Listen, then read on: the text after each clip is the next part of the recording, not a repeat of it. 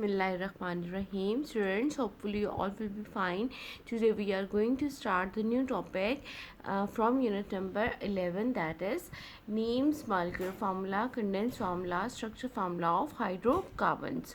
तो हम कुछ फर्स्ट 10 हाइड्रोकार्बन्स का जो है वो इसके अंदर स्टडी करते हैं कि उनके नेम्स क्या हैं, उनके मॉलिक्यूलर फार्मूला और स्ट्रक्चर कंडेंस्ड फार्मूला क्या है। तो पहला जो हाइड्रोकार्बन्स है वो है, उसे कहते हैं जी मीथेन। मीथेन जो है उसमें एक ही कार्बन होती है और आपको पता है carbon can attach 4 other atoms through covalent bonding.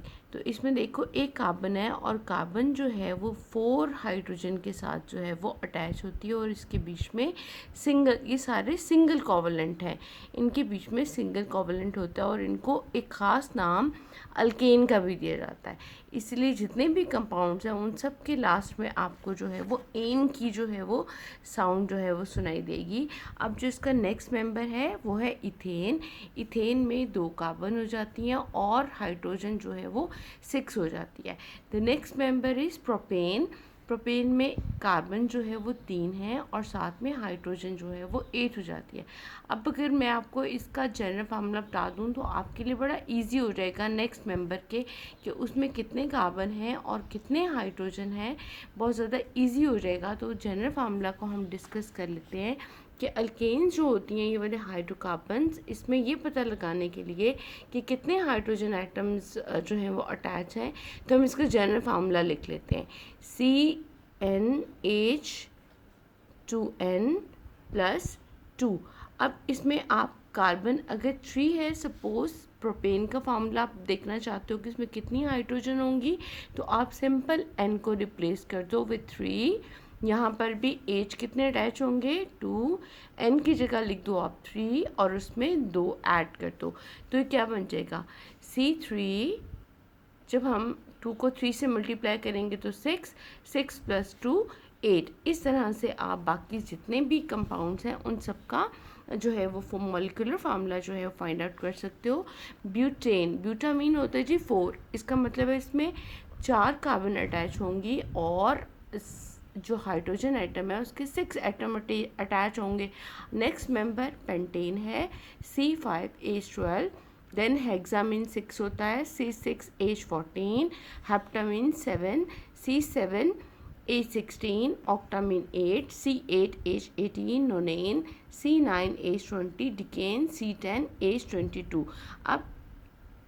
अब जो है मैं आपको इनका स्ट्रक्चर फार्मूला लिखना बता देती हूँ कि कैसे लिखते हैं, बाकी आप लोग खुद जो है वो फाइंड आउट कर लेंगे। सपोज़ हम पेंटेन ले लेते हैं, तो आपने क्या करना है, जो है 5 कार्बन्स जो हैं वो लिख देनी है इस तरह से 1 2 3 4 5 इन अ स्ट्रेट चेन, मतलब सीधा जो है लिख देना है। आपको पता है सिंगल कोवलेंट बॉन्ड के थ्रू जो है ये अटैच है, तो हर कार्बन के बीच में आपने एक जो है वो सिंगल लाइन लगा देनी है और यहाँ पर आपने भी थ्रू सिंगल लाइन जो है वो लगा देनी है, जो कि आपके सिंगल कोवलेंट बॉन्ड को शो करेंगी। और ये जितने भी स्पेसिस हैं यहाँ पर आप इसको हाइड्रोजन से अटैच कर दें, तो ये पेंटेन का आपके पास स्ट्रक्चर फार्मूला जो है वो आ जाएगा इस तरह से। और अगर मैं आपसे कहूँ कि इसका कंडेंस फार्मूला हम लोग पहले भी इनको पढ़ चुके हैं, तो अगर आपने इसका कंडेंस फार्मूला लिखना हो तो ये जो आपका सिंगल बॉन्ड है इसकी बजाय आप इन तीनों हाइड्रोजन को कार्बन के साथ ज्वाइन करके लिख देंगे लाइक दिस CH3। आप यहाँ देखो, यहाँ पर कार्बन के साथ 2 हाइड्रोजन आते हैं सेंटर में, तो CH2। देन अगेन इस कार्बन को देखो 2 हाइड्रोजन है, इसको मैंने इस तरह से लिख दिया। देन CH2 और ये जो एंडिंग कार्बन है इसके साथ फिर 3 हाइड्रोजन अटैच हैं, तो इसको मैं इस तरह से लिख दूँगी।